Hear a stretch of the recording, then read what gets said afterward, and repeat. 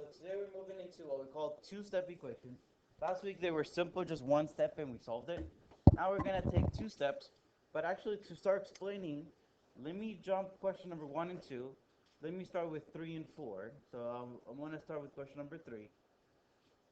First thing we do, obviously separate them through the equal sign. So right where the equal sign is, like I'm gonna separate them like I did last time.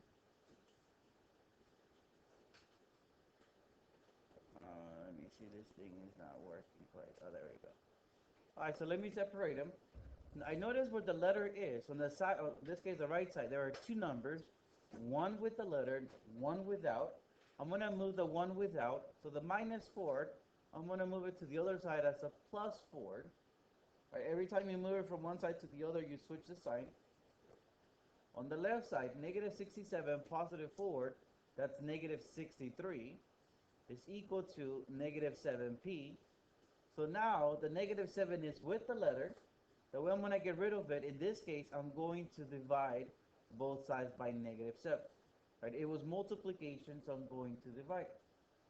So on the right side, I'm just going to have the p by itself. On the left side, -63, -7 is +9.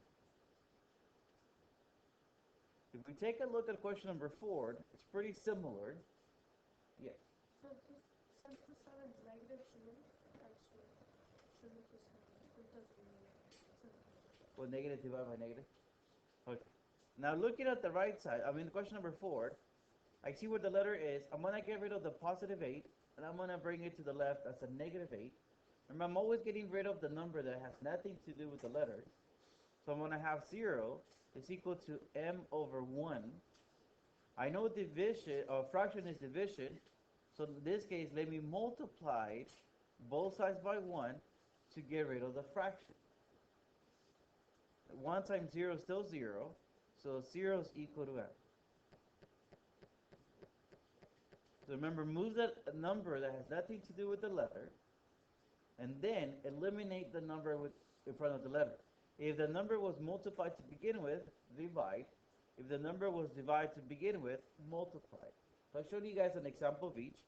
But on fractions, there are two types of fractions that we're going to be able to see. So let me flip the page. Let me take a look at number 19 and 20.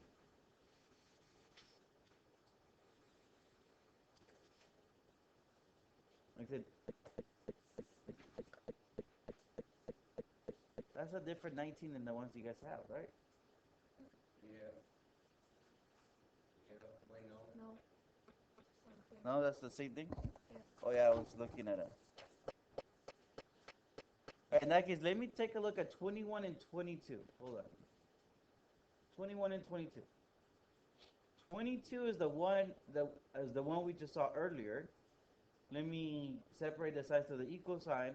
My -1, I'm going to bring it to the right as a +1.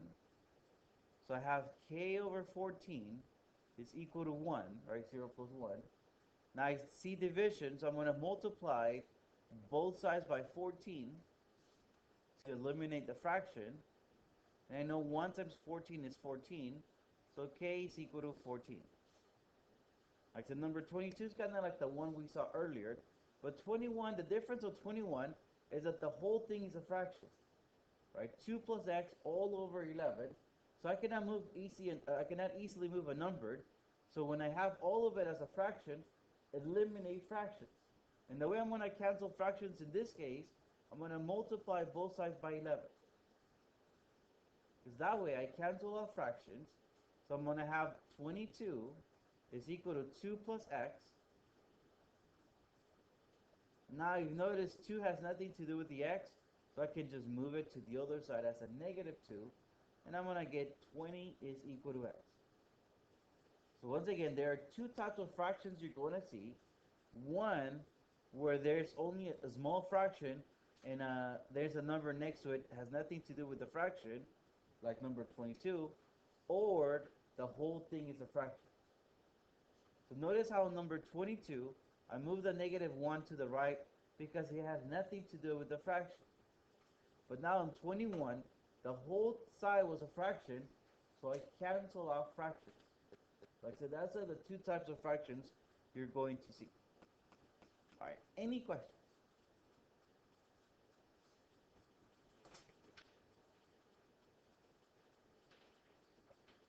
No questions? You guys are good? Let me take over.